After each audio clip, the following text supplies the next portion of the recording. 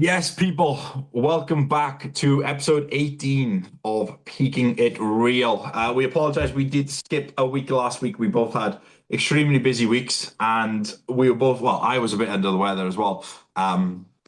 So we decided to skip a week, but we're back this week. We're back with another banger, hopefully. But as always, Tim, how are we doing, my friend?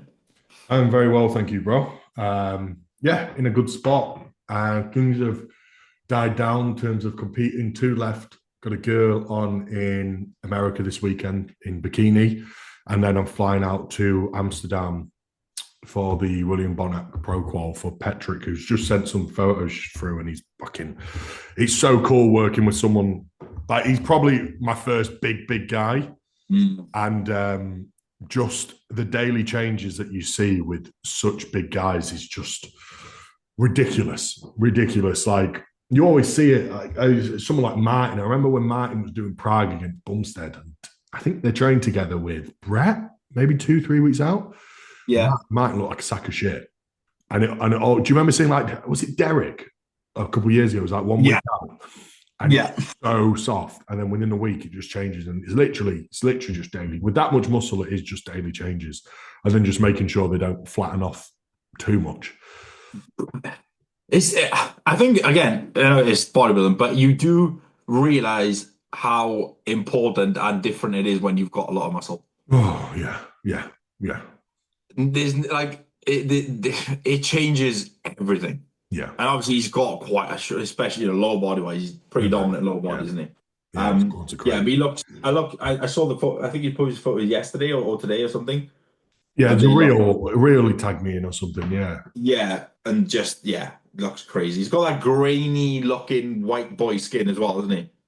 yeah. Proper Yeah, grainy. Yeah. which is really cool to see. But he looks good. So when's the show? Uh, a week and a half away now. Hmm. So yeah, Izzy on Saturday this weekend in the US in NPC, Yeah. and then I'll fly out next Thursday over to Bonac, over Is to that a pro Amsterdam. qual? Yeah, Was that that's a Brooklyn, that's a pro qual? So he's heavies. He's right on the upper end of I was going to heavies. say what is he heavies? So he Is must he he short? must he must be short. Yeah, I've not met him obviously in person yet, so he must be short. Um, and then, so I think he'll have a good chance. He'll have a good chance. Oh, he looks He really won the good. overall earlier in the year at the Bellenew at the regional, Right. and then he did FIBO. Oh Uh, yeah. I think he was like 4 kilo down in the space of 2 weeks with his previous coach. Bro, he looked unrecognizable. Where FIBA was a while ago, though, wasn't it? Yeah. So then he's jumped back into an off season and then come to me Oh, in the right. Okay. second Okay. prep. Okay. Okay. But like from the overall win to FIBO, it was like it looked He's massacred. just Yeah, been killed. massacred, especially his upper.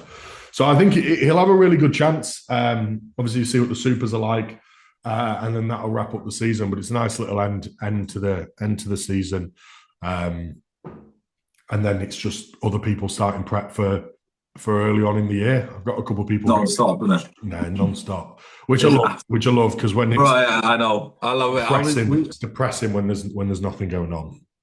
I know, but yeah. But like you always say, I always say, right? You sometimes gotta you gotta take a break for things and miss them a little bit, you Mm. know. And I'm sure towards the Right. end of the year, you think, fuck another show. Which I know when you got people in the show, you get like amped up for it. But you think, Yeah. fuck another show, and then you think, oh, it'd be nice to have a weekend without a show, and then a weekend comes without a show, and you're like, What do I do? what do I do? Yeah, literally. What do I do?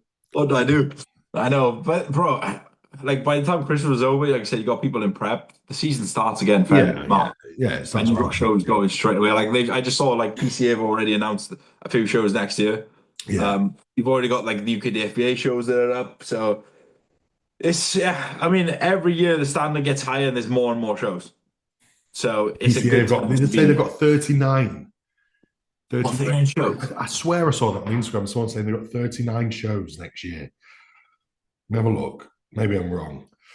Um, This is a completely off. Well, it's not off the topic, but it just came to my 39 head. shows, 2026 season. That's fucking. 39. I think that's just in the UK. Could you imagine, right, if somehow in a hypothetical different, multi-universe, PCA were the route to win a pro card, an IFBB pro card. That would be phenomenal, wouldn't it? Imagine how good that would be for British bodybuilding. But unfortunately, they're bigger than the IFBB in this country now, and they would never take it. Yeah, I know. It would be such a bad business move for them to take it, wouldn't it? Like that's how Yeah. good PCA are. Yeah. I mean, because I saw a post the other day, I definitely saw it about The home, which is the home of bodyboarding and all that. yeah, and you do think of PCA when you think of British bodybuilding, don't you? And I think at least I do. Bloody hell, even when I was going to PCAs in 2018, 2019, they've just gone like that since, Yeah. and no federation has been able to keep up with that. No. So when you think of bodybuilding, British bodybuilding, you do think of PCA. Yeah. Well, again, obviously within the amateur ranks now. I mean, not like open and stuff. I think the creme de la creme will always be at Two Bros because they're just needing it to go get a card. That's it. Yeah. But a class win at Two Bros, most of the time, is probably easier than a class win at PCA.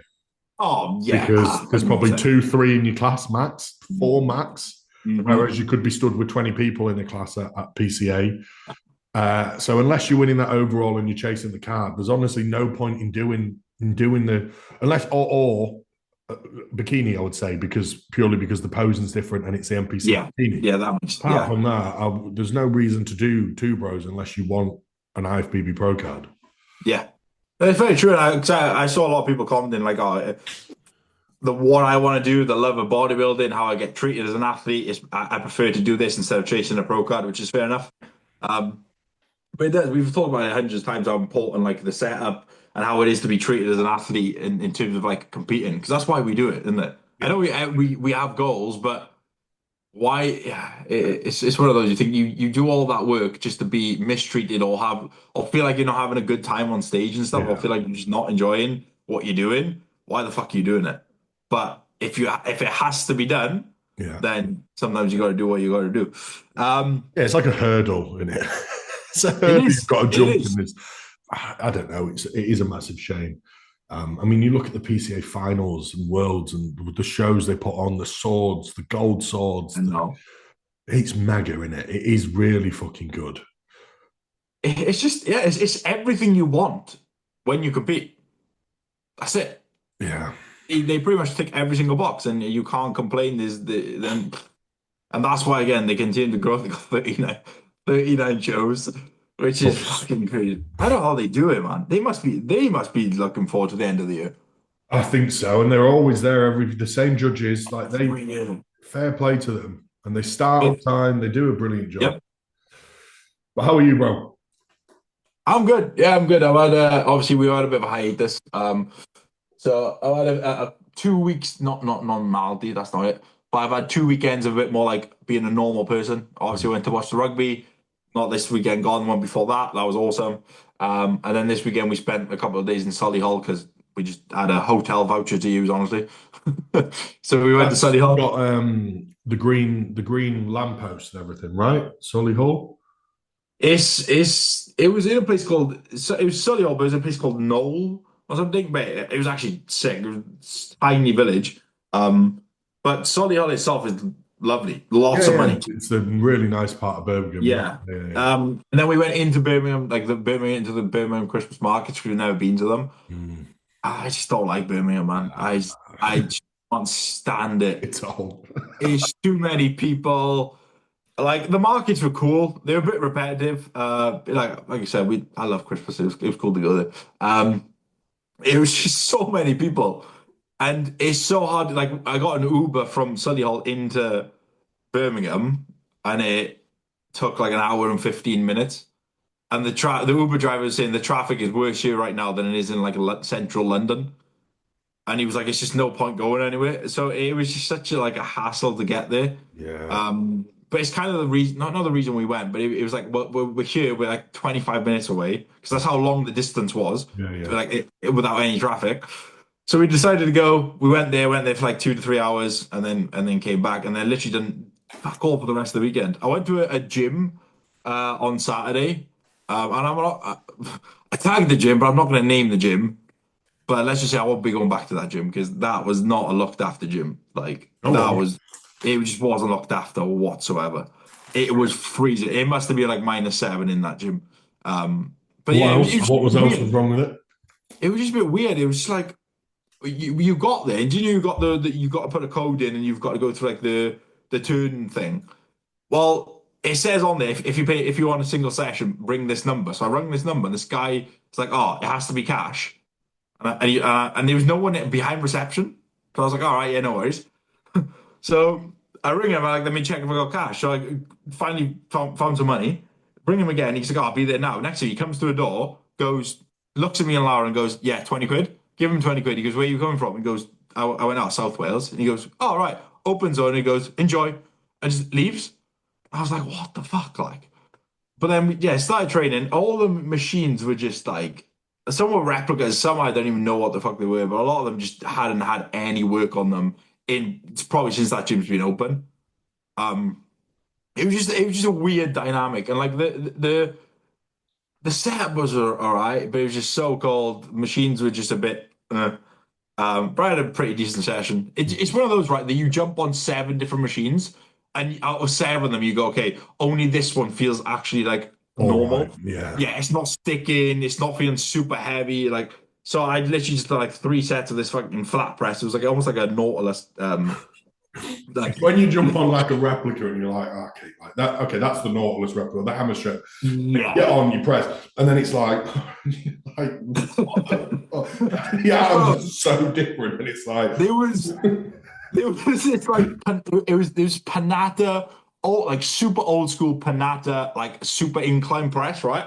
And I saw it and I was like, that looks unreal. I jump on it, right? I press, and then next year it just gets stuck. I know so I pressed up and I had like 60 kilos on it, right? So you think, oh, that's somewhat heavy. Press up and it just doesn't come back down. So I had to pull it down. a push and pull all in one. A push and pull.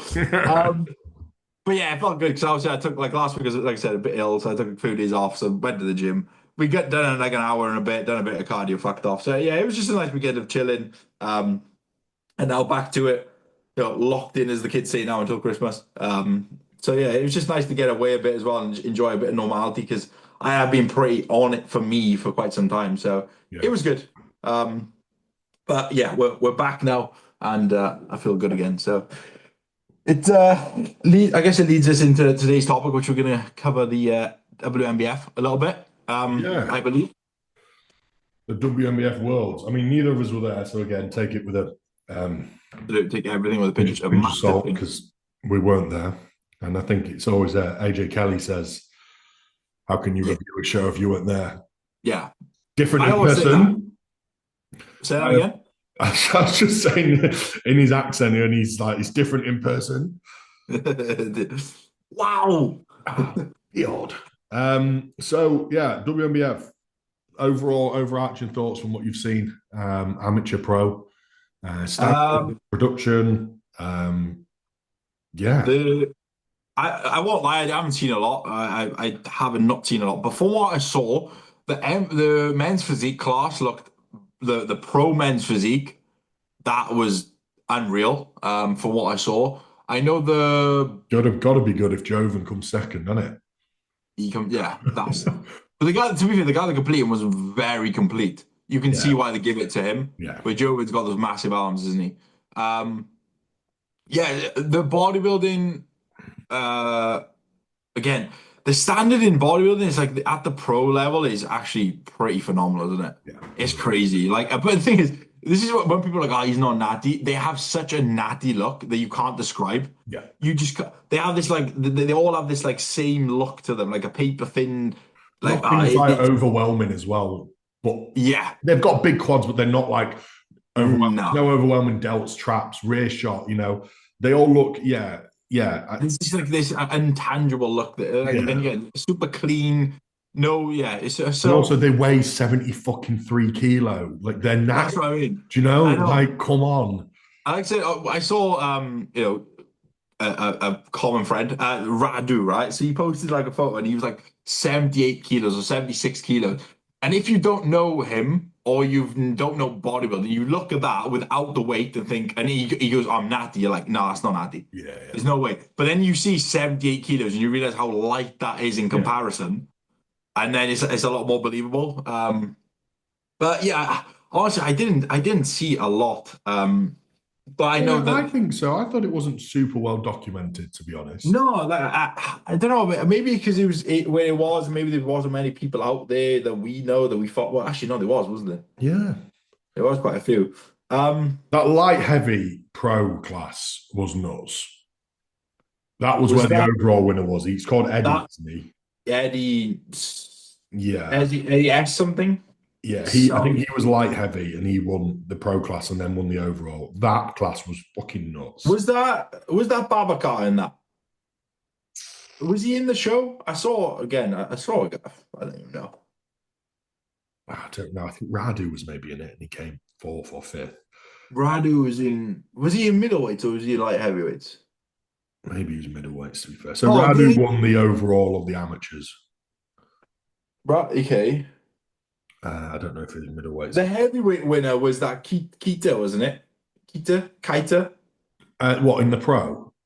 No, in was No, it the amateur? heavyweight winner in the amateurs was the guy that was fat. That was the only one in his class. Oh yeah, in the pro. Yeah, in the pro. Yeah, pro. It was The Irish lad. he's from Ireland. Yeah, Yeah, he is yeah, from yeah. Ireland. Yeah, Brilliant, brilliant physique. Yeah, yeah. really good. Yeah. The parcel's probably going to be it. Yeah, there's a Yeah. parcel. So you chat. All right. I'm trying to think what else I saw. Um, so yeah, the Kita, I don't know how to pronounce his name. That overall, though, who else was in that? I'm trying to think. Who was there? I'm not even going to fill this gap in. We're just going to sit in silence because I can't think who was in that show. I should have probably made a list of people. Um, how are we all doing? Make sure you like, share, and subscribe now that we're here. We've got a bit of a hiatus.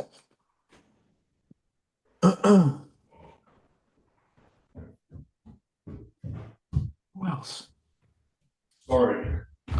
You good? There was that. I'm sure there's a middleweight. Was it in the middleweight? This guy's like super peeled. German, maybe Austrian. I Can't don't know. remember. Who have you discussed? Kita, Kaita, and that's it. Um, Have we got? Are you Ella? pulling photos up, or we're just going to discuss it? Ella? Ella, yeah, Ella. Ella won a pro card, didn't she? Yeah, I could actually, yeah, it's a good idea. I can pull up some photos. It might be worth doing. Yeah, Ella won a pro card, so congrats to her. Um, and then obviously she had the unfortunate event that she was unable to compete the next day due to, I think, apparently a bit of a miscommunication, which happened to a lot of people. Yeah. That they turned pro and they just assumed they'd just show up for the pro show the next day, and be able to compete. But as as I said, I think sometimes you kind of have to. Uh, it's a little bit of common sense that you think to yourself, well, I'm not a pro, so I'm not registered for this show, so I should register for it. But at the same time, if maybe someone said to you, "No, just see you tomorrow, you're good," then there's clearly a bit of a miscommunication there, isn't there? Which is a shame. But I think the silver lining, she's been to LA, she's won her pro card, um, and that's it. Also, the what I did see is the setup, not the setup, from the few videos I did see, this White Dragon people. These Yeah. are these are the ones that done the WNBF show I went to last year. And they did Ireland as well. They're the Spanish company. I think they're Spanish, Yeah. but Oh, they're yeah, real. Spanish, yeah. Yeah, they are real. Yeah, so this is who you're on about, right? That's yeah. How it is Keith, isn't it? It's not collabed with him, but yeah, it is something like that, yeah. I know Um, it's Kita. yeah, However he you won pronounce it. WNBF Ireland in bodybuilding and the overall earlier in the year. A ridiculous rig, to be fair. Oh yeah, yeah. Really. Lovely lads, proper insertions, full muscle bellies.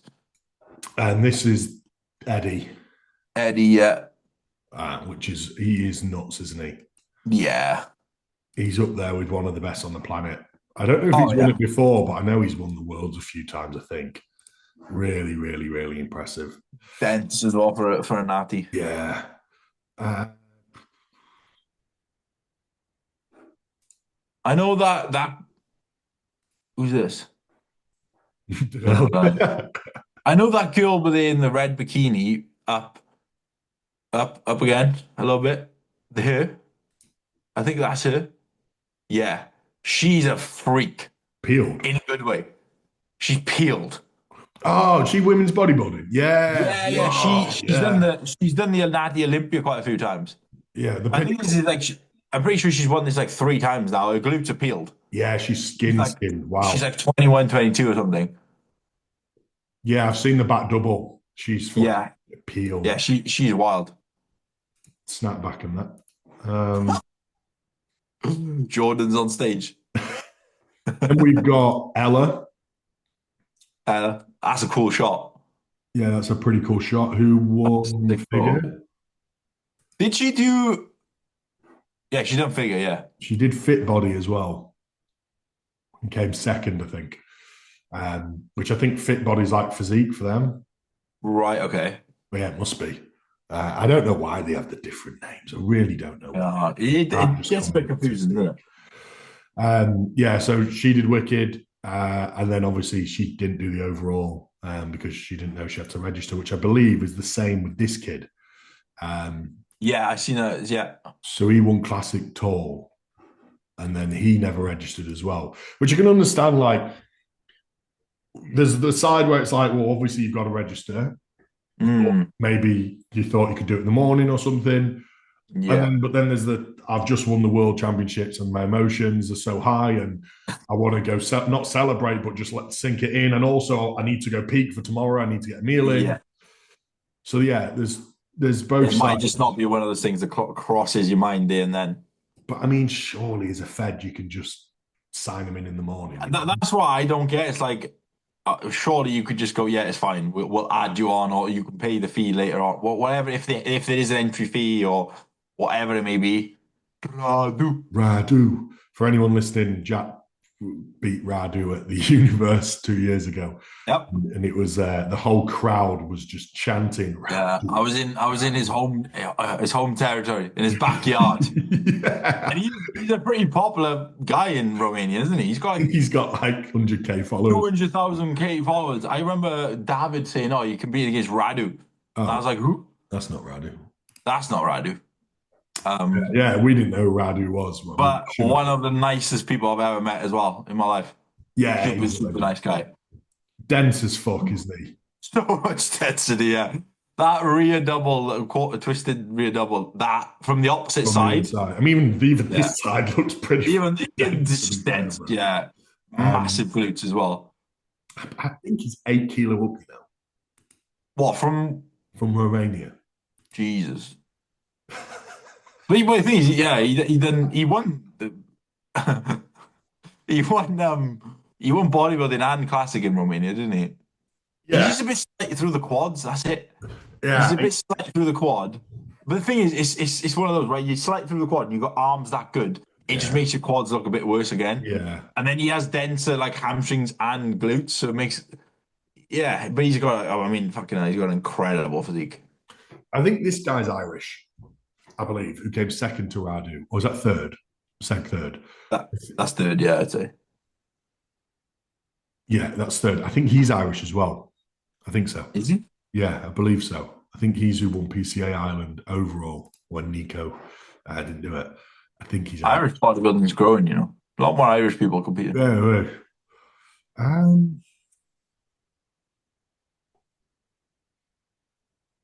You got so these are the amateurs, right? A lot of these are the amateurs.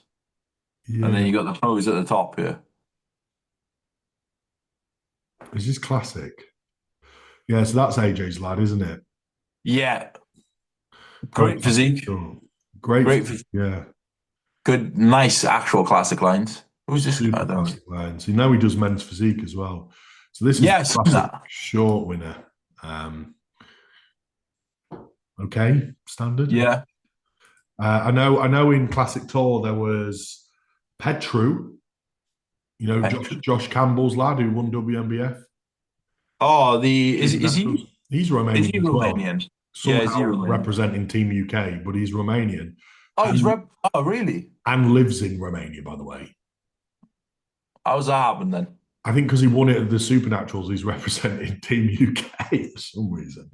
I think. Right. And then there was Gonzalez, Adams lad, who won at I don't know. MBW. Classic as well? Classic lad, yeah. I think he came third and Petru came fifth in the classic pro. Oh. I'll stop Who shit. won Classic Pro then? I don't know who won Classic I don't Pro. know who won the tour. That was the short. I don't know where the short was, but it No, looked but I like know an all right that show. men it did. The men's the pro bodybuilding overall was crazy. Yeah, That was a crazy class. I did see like a couple of photos of that, but that Eddie did stand out. He's just so dense. That's why like when people look at those physiques, you have to realize like it's so much time as well training that you can't cheat it. If you want that much density, that much separation, that clean muscle, you need to train for so many years as a natural to get it. And when you do get to that level, it's just so impressive. I'd like to know how old he is. Got to be 35, 40 probably within that range. They 35. usually are. A lot of those ones usually are, but they compete once every like some of them do take like 5 years off. Well, that's why he's got the density. Like natural Yeah. bodybuilding, you'll peak at 35 to 40. Yeah. Then No, I get it, man. It's super impressive.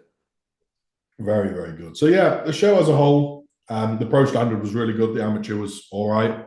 Yeah. I think it's one of Well, them where it's in November, it's in LA, and it's a long fucking wait. It's a long flight to carry on that yeah. season. So sometimes the amateur standard's not going to be the best, but then the pros have probably got that set in stone from the get go, and they prep. That is literally, yeah, exactly, yeah. But But have you you also seen it next year? It's not in America for the first time ever. is it? Yeah, What is it? Canada. Dubai. Oh, Honestly, like massive, massive deal. Like first time ever, not in the States. Oh, it's in Canada, right? Okay. just across the border, yeah. Yeah, no worries. What they do in Dubai, because Dubai looks like a great place to do it. Well, they've got their UAE one's massive, isn't it? Yeah, it's fucking huge. It looks class as well. That looks like a real, real good show. Um, but do we want to go on to some questions to Let's do it.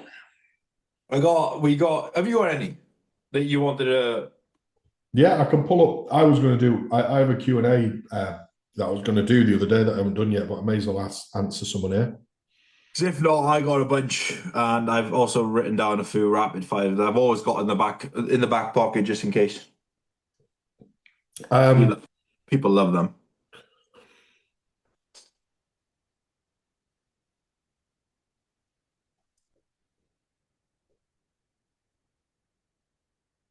is mind muscle connection overrated?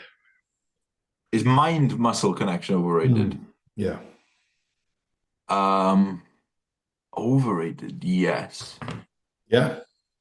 Oh, I don't know. Overrated is such a like it's black or white, isn't it? I don't know. I don't think it's either overrated or underrated. I think you need a certain amount of it to understand that you are able to utilize that muscle, but not to the extent where some people will like I don't know, almost Negate forget loading. everything else just to have a good mind to muscle connection. Like do a leg extension with like the minimal weight, but doing super slow and Yeah. the typical is like a lat row, right? Like something for lats where people are like super meticulous and slow and there's like no weight on it. Yeah. That's not going to get you anything. Oh. Um, Overrated. I wouldn't say, no, I don't think it's overrated. It depends Because what I camp also you're from, really, doesn't it? Because some will overhype it, some will underhype it. Mechanical yeah. tension underpins everything. That Yes. is the most efficient way to grow muscle. That we know that from a physiological level, looking at what happens in the cell, mechanical tension. That is what the cells detect to then stimulate mTOR and whatnot. But so that's what's king.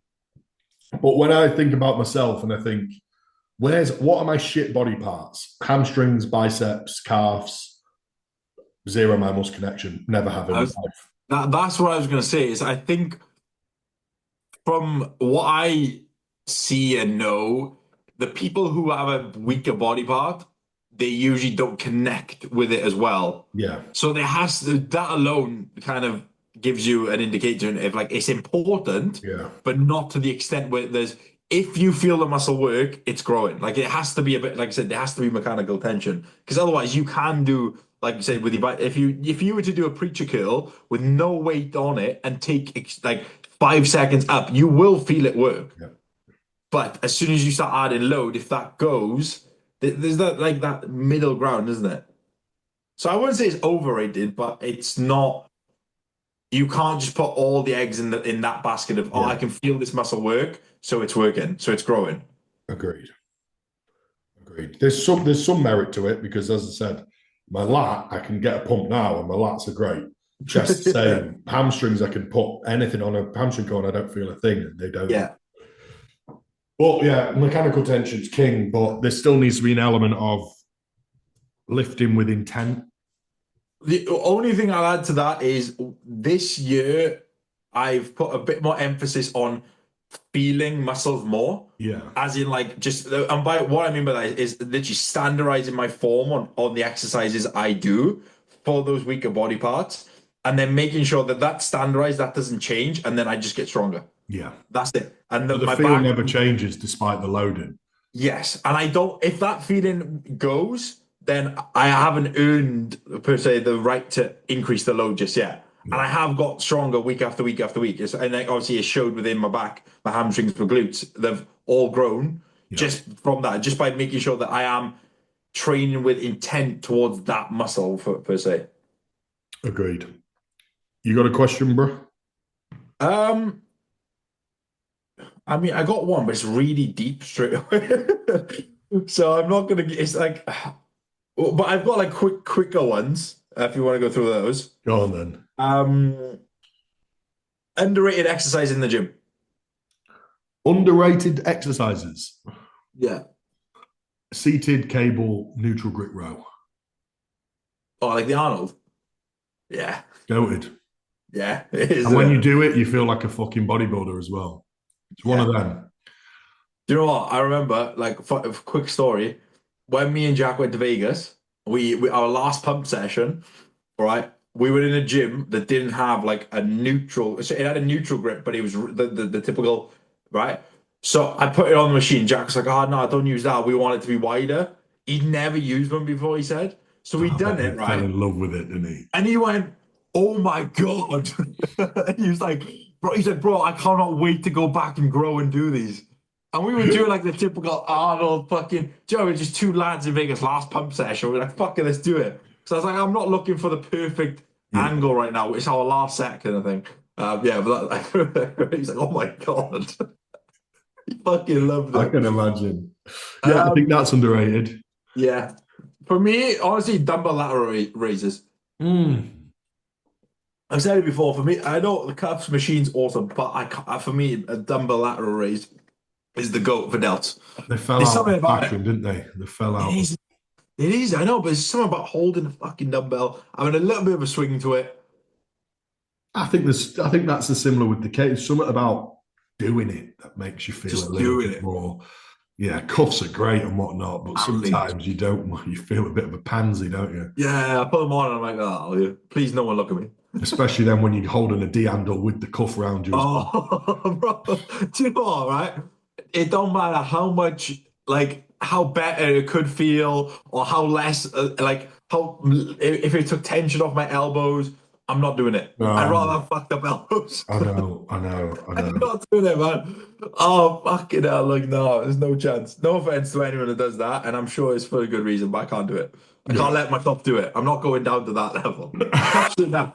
And I don't even own cuffs. I just take the ones in the gym. They're all mismatched. Because I'm not buying cuffs. Biggest BS in the bodybuilding industry. I presume bullshit is BS. Yes, fucking hell. I can be taken kind of any way. Biggest BS. I could have a bit of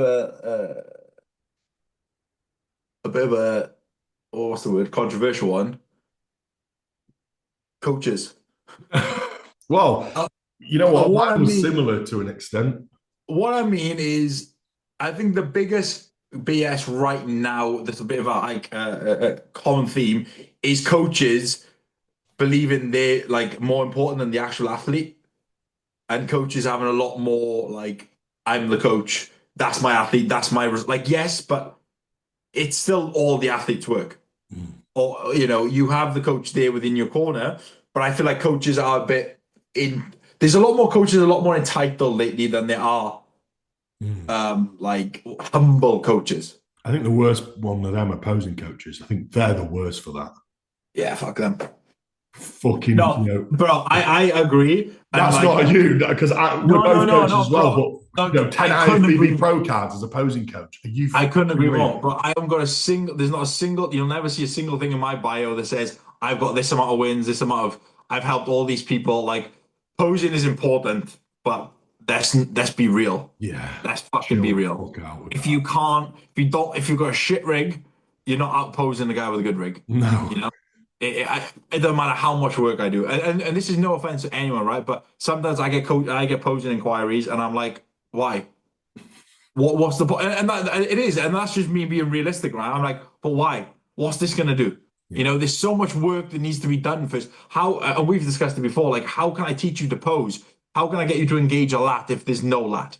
How can I get you to like understand that you need to flare your lat forward to do a side chest if you can't understand how a lat works because you've been training for 3 months? Yeah.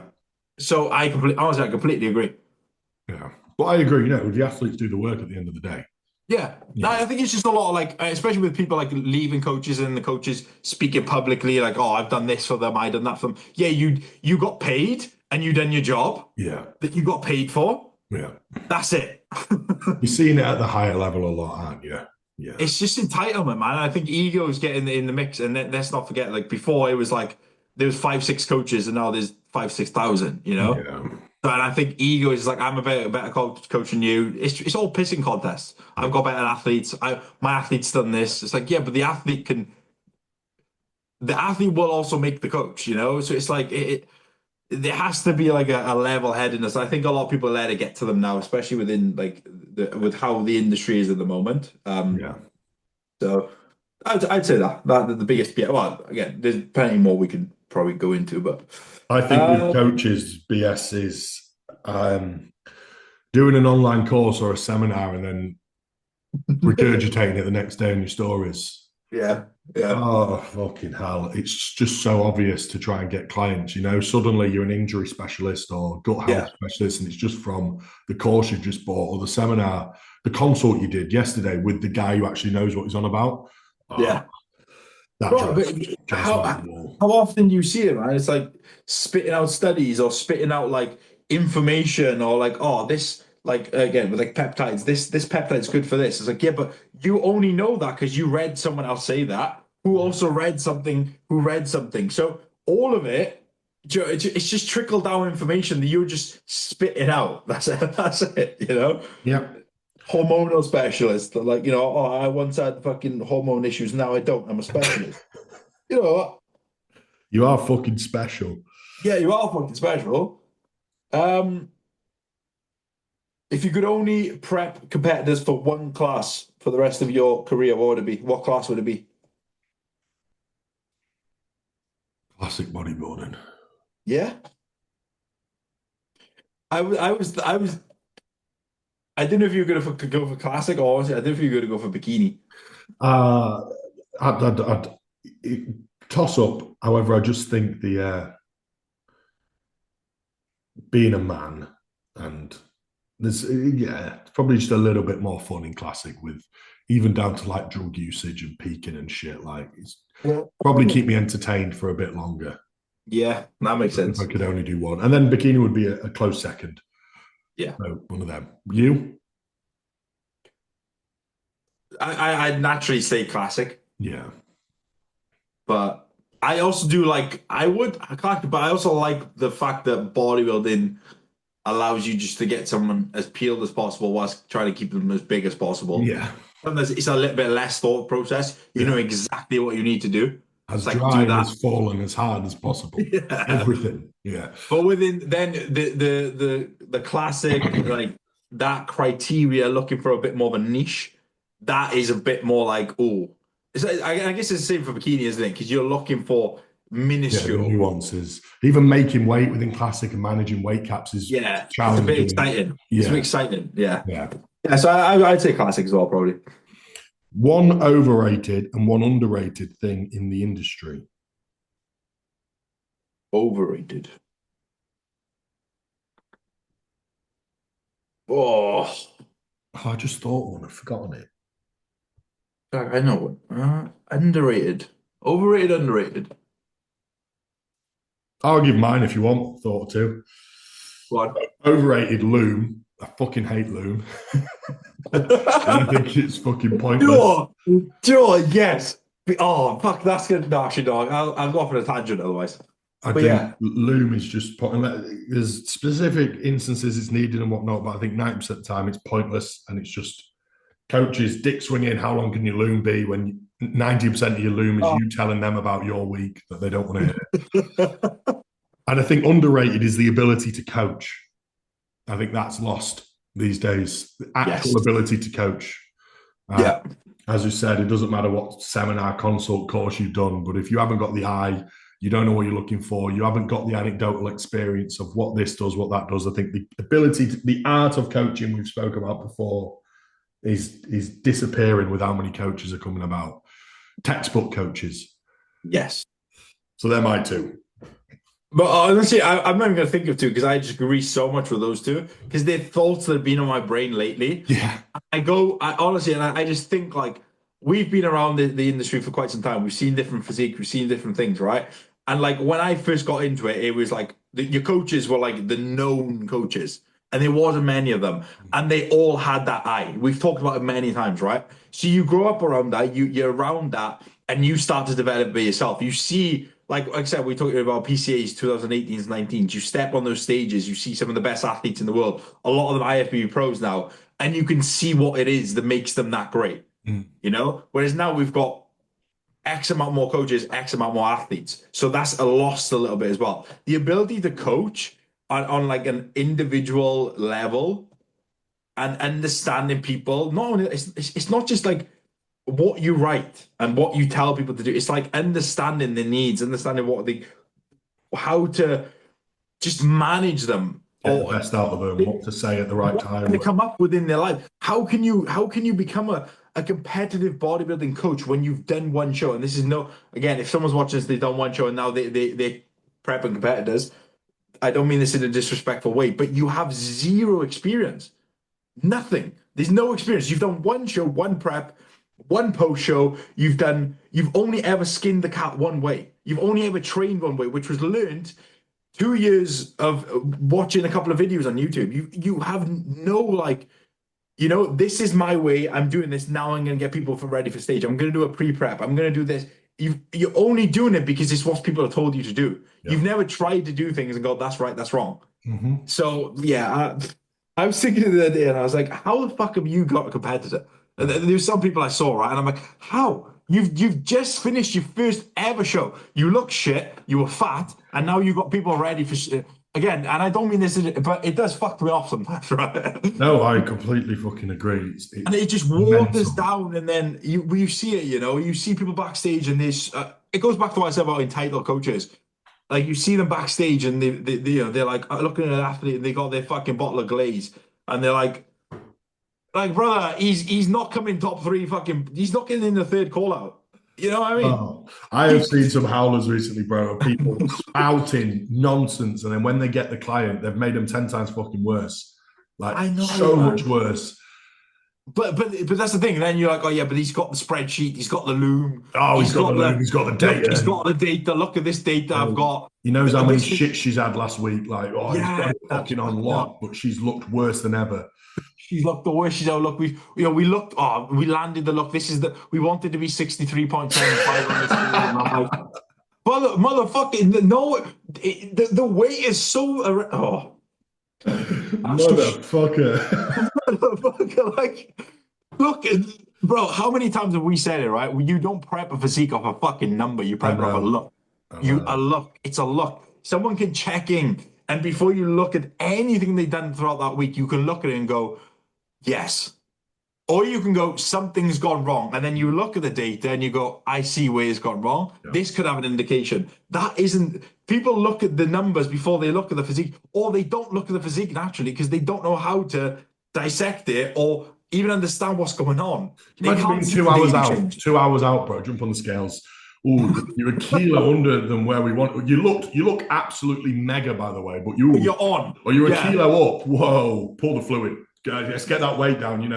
2 hours out panicking because you're not at the weight you wanted. Like, Yeah, man. go for a walk. Go for a walk. That's fucking quality. Doing laps. What are you doing, Jack? Tim's not happy with my weight. Yeah, but everyone else is pumping up. Nah, bro. We got to get this weight down. Oh man, bro, I could go off on a tangent on that bullshit. It's like we got to stop. Like, it's all included. Get everyone involved. Bodybuilders are great, but come on, let's be real. Like, you've got no experience. You've got nothing. You just got no time. There's no time. No There's skin no in the time for game. the No game. time. No. How are you telling people what to do, man? Just fucking like we all want clients, but start with the fucking stay-at-home dad or mum first. You don't need competitors, Learn about them. You can learn a lot from There's those no people. patience. It's 0 to 100. It's like, bro, I speak to so many people. Obviously, I'd love to do what you're doing, and I'd love that, and like that's what I want to do. And I'm thinking, bro, you've got one client. Are you for fucking real? Seriously, like, what are you talking about? I know, bro. I know. Just fucking get clients, coach people for free, coach anyone, and work your way up. Like, it is ridiculous that someone comes in the industry saying, "I want to be a competitive bodybuilding coach."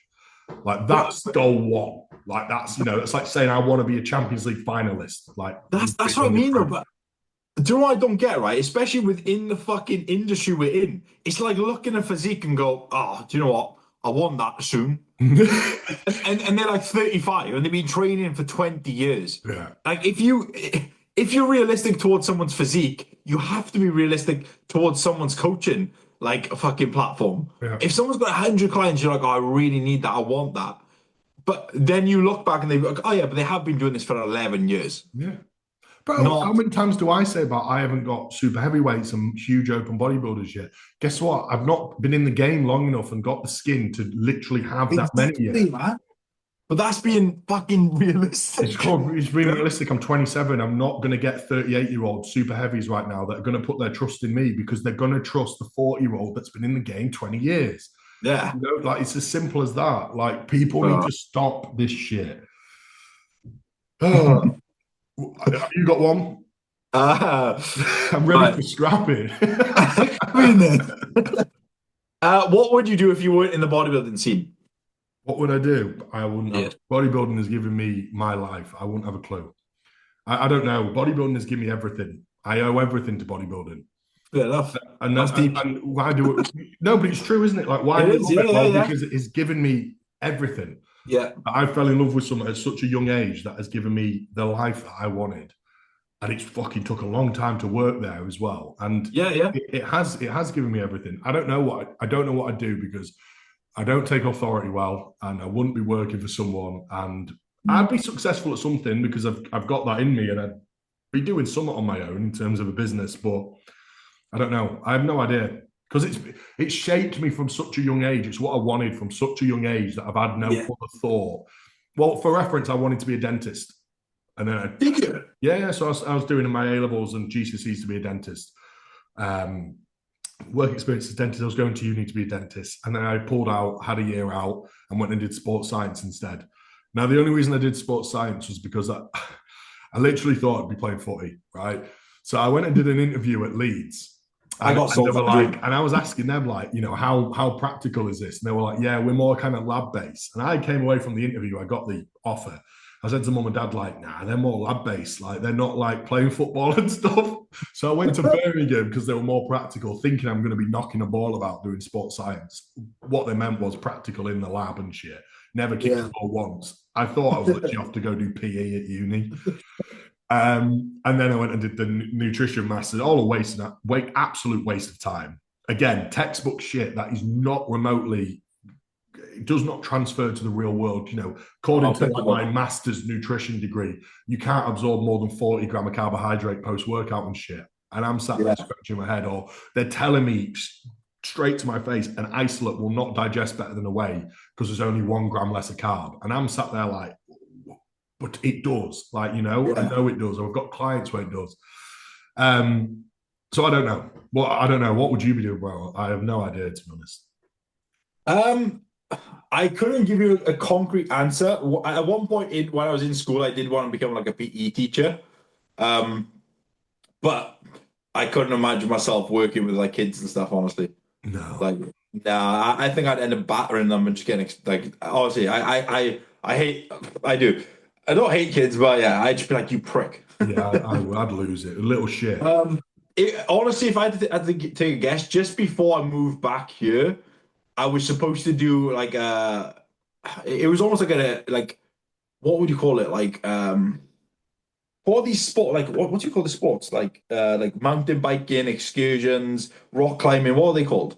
What is it they got like a name of sport, like we'll call it outdoor sports. We'll call it outdoor sports, right? Terrain sports or something. Yeah, I was supposed to do a course on that. So it covered like excursions, so it taught you how to do like a map. It was like in uni, it kind of was, right? Right. It was meant like how to like navigate with maps and stuff, and it was like you do horse riding, mountain biking, all just like not extreme sports, but just outdoor sports. So I'd probably go down something like that, and then either get involved in a different sport somehow, or it'd be teaching something like that.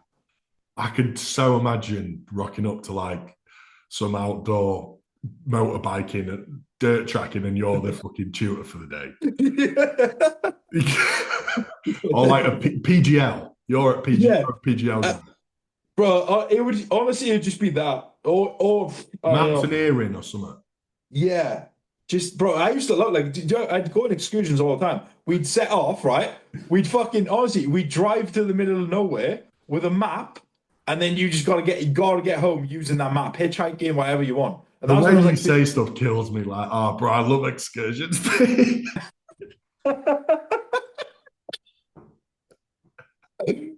oh bro, like it's gotta love it, Said no one ever. Oh man, get me on an excursion. Bro, get me on a fucking give me a map, give me on an excursion. we pack some food, I'm good. Do you cap the amount of protein your athlete takes in during a bulking phase? Is there ever a point to go over 300 gram a day? Do you count? Cap. Oh, cap. Whenever digestion starts to deteriorate, that's it. If it's on the higher end and you bring it down and digestion improves, then leave it there. Protein's overrated as a macronutrient. Like high levels of protein is overrated. Oh, like you all right? Do you lose me? Am I back? Yeah, you're sideways now. Like, oh, there we go. Oh, there we go. Sorry.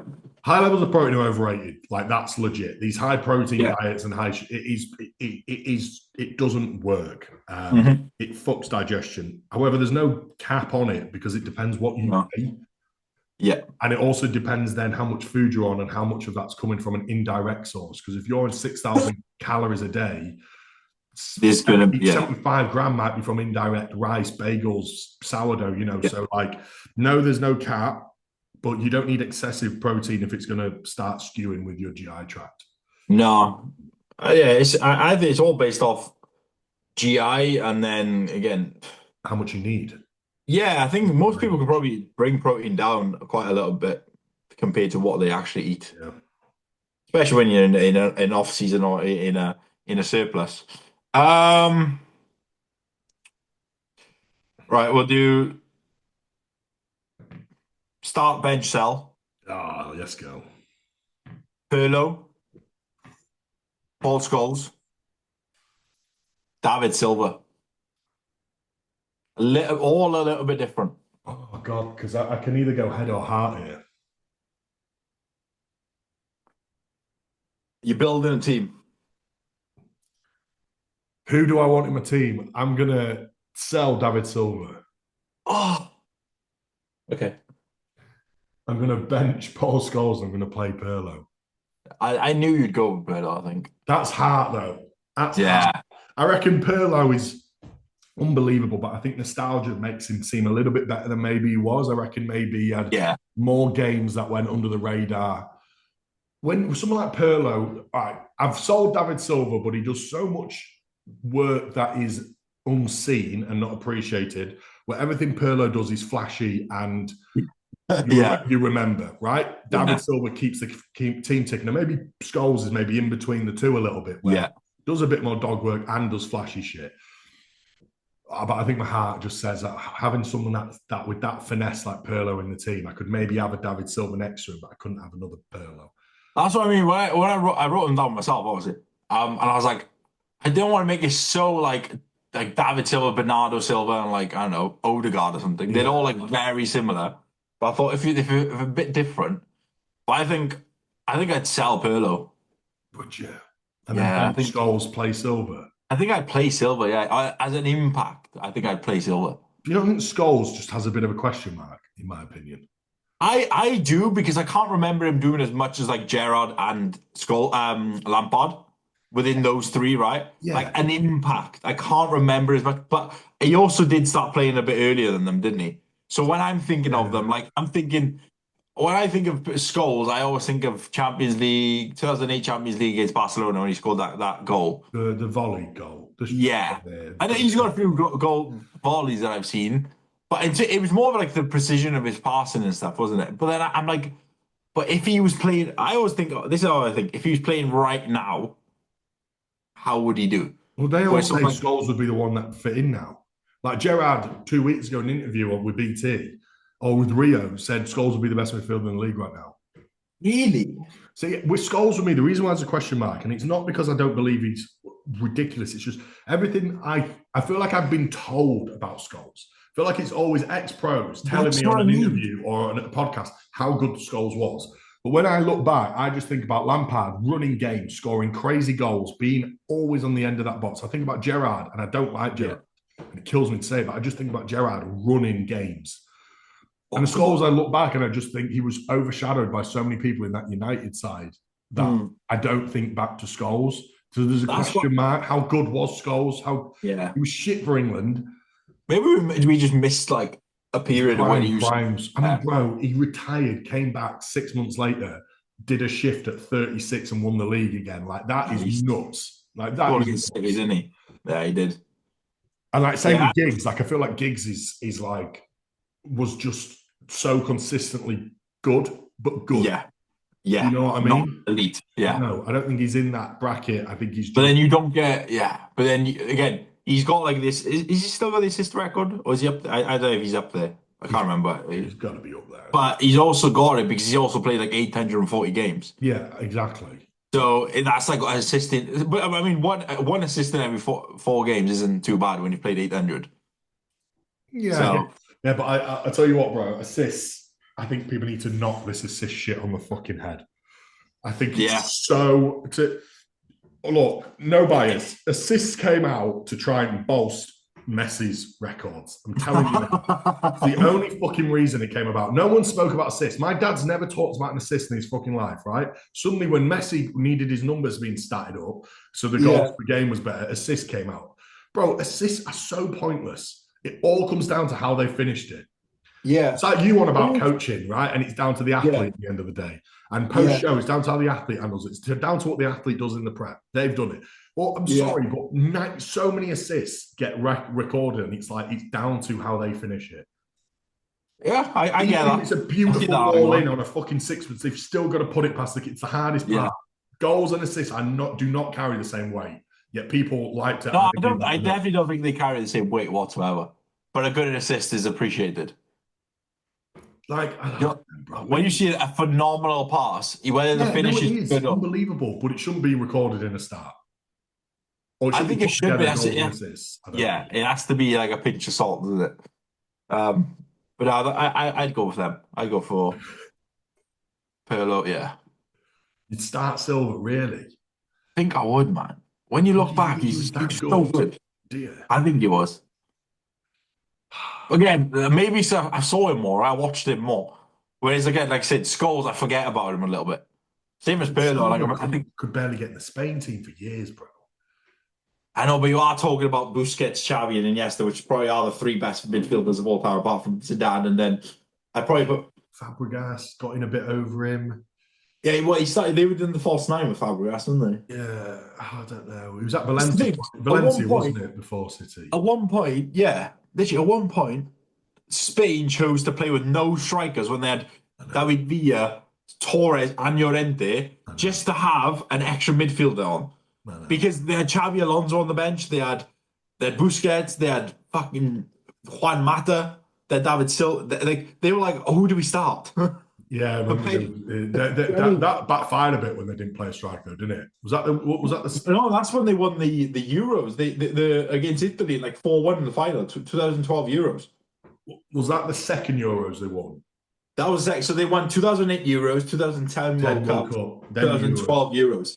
But I think okay, yeah, that worked. And I think then they played it, they carried it on for a little bit, and then And I then it, think then it backfired. it backfired because they weren't as good at Yeah, yeah, because they started losing. Like then that's when yeah. Xavi and Iniesta started like not falling off, but God, which kind Xavi of was like 36 then, you yeah. know. Um, but yeah, those teams are just fucking crazy. Have you got another one? I'm out really. All right. I got a good one here. Right, overrated or underrated, but they're all players. Hmm. Right, so don't even think about it. Just overrated or underrated. Right, ready? Jack Grealish, Overrated.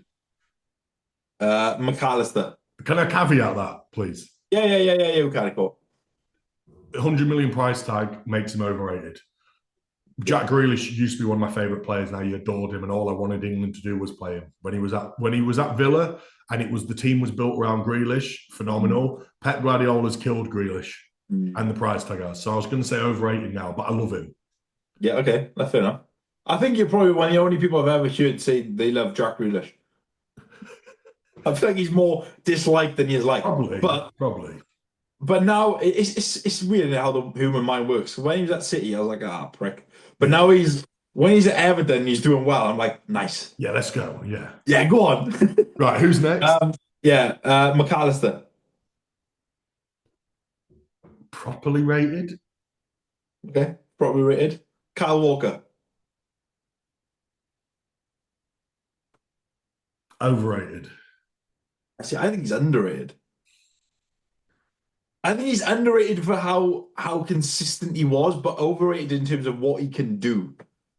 You know, I think he The end product's never been good, oh no, right? One, he one, wasn't the one best on on the one. ball, Yeah, he wasn't great on the ball. but he was just good. He was a pretty good defender. I don't And think he's I the think best right back of the Prem history. you don't. No, No, I don't. I who would I put with him actually? Neville. Gary Neville. I mean, I guess so, yeah. There hasn't been many The right backs. only the only footballer that is like unbelievable, won all that, and whenever you say him, everyone just laughs.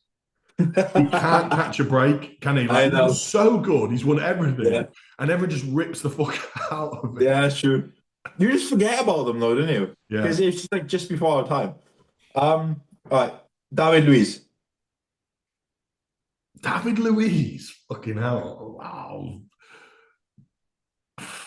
properly rated, The talented but a car crash. what? Talented but a fucking car crash. Oh right, yeah. I think she got in a car crash. I was like, No, did he? no, that was fucking left back. Yeah. Alonso. Fucking hell. He's still playing, by the way. Xavi Alonso. Underrated. Yeah. Makaleli, if you remember. Properly rated. I mean, there's a whole position named after him, so I guess properly Yeah. rated. Thiago Silva. Overrated. Do you think so? Yeah, bro, overrated to fuck. Yeah. Overrated. Do you think a lot of centre backs are overrated? Modern centre backs, yeah. Yeah. I think that's because the position's got so much worse in quality. Yeah. Because of what's been asked of him, I think now if you're good on the ball and shit, I think they get away with it. I think Tiger Silva's overrated to fuck, I think. Massively. Okay, Stat he's padding at not PSG Yeah. and then coming into an elderly at a Chelsea side that was poor a lot of the time and he stood out a Yeah. little bit. I think, yeah. Covered with five at the back sometimes, no? Like three centre halves, kind of. Yeah, I think it was easier to stand out when a team's shit and you're the Yeah. only one that's doing something. Yeah, and then you're playing in League One for the majority of your career. Yeah, with Marquinhos, which I think is underrated. Um, I haven't got him on here, but I just thought about Ruben Diaz because I think he's extremely overrated. Yeah, I was going to say properly rated, overrated. Yeah, So I yeah. think in a team that good, when you're winning everything, if the defense hasn't going to do anything, anyone's going to look good. Like a Who, John Stones, who was the other one they had? a Kanji. No, No, who am I thinking of? Ruben Diaz, actually. Ruben Diaz, Gvardiol, a Who did Kanji. they have a few years ago? They're John Stones. They had oh fucking hell. At one point they had like Otamendi. Tough um, time when they had Claudio Bravo and Otamendi, them two, hadn't they? no, Fernandinho playing centre back. Fernandinho, yeah, Who and else did it? maybe it was Ruben Neves. Ruben Diaz. I'm thinking of. It Uh, could be. Absolutely overrated. I agree. Now I Yeah. think back, Yeah. he used to be howling. He's been howling for Portugal as well at times as Yeah. well. I don't think he even plays for them. I don't think he starts. Gabriel Bondaho. Oh, does anyone rate Gabriel Bundor? Bro, they had one great season and he He was did. fucking class. He did have one great Yeah, season. every time they played United, I was like, fuck. Transfers were circling around that summer as well, and he stayed. Yeah. Who else? Aaron Bent. Remember him? Darren Bent. No, the Leeds striker. Paducah. No. I Well, swear it begins with B. Bamford. No, not Bamford. Bamford. B. Well, like old school Leeds striker. Not old school. 2000s. Oh, fuck, I don't know. Emil Heskey. I don't know. Ben Jermaine Beckford. Oh, Beckford. Beckford. Yeah. He had a few. He was like a Ollie Watkins kind of. Like Yeah. Ollie Watkins, Jermaine Defoe. They'll score. He Do was, you know what I mean? old school score. We'll score. Yeah. What a Right, play. bro, shall we wrap it up? Yeah, we should. I will get this straight up for everyone. Yeah. And Let's then we're back to regularly scheduled programming. yes, we'll be back on. And we're gonna just keep them flying. So yeah, we apologize for missing last week. Not that well, I'm sure people missed it, but it was good to have a little bit of a break anyway. Now we're back to it, and then we should be pumping these out over the next few weeks as always. But as always, thank you for listening, everyone. Please do like, subscribe, comment, and share on the stories. A few people tagged us in that podcast of the year as well. Yeah, Did you I've see seen that? that. I love that. It does, yeah. Everything goes really appreciated. So yeah, we appreciate you listening. Any final words, Tim? Thank you as always for listening, guys. And sorry about the hiatus. And we shall see you in the next one. Peace out.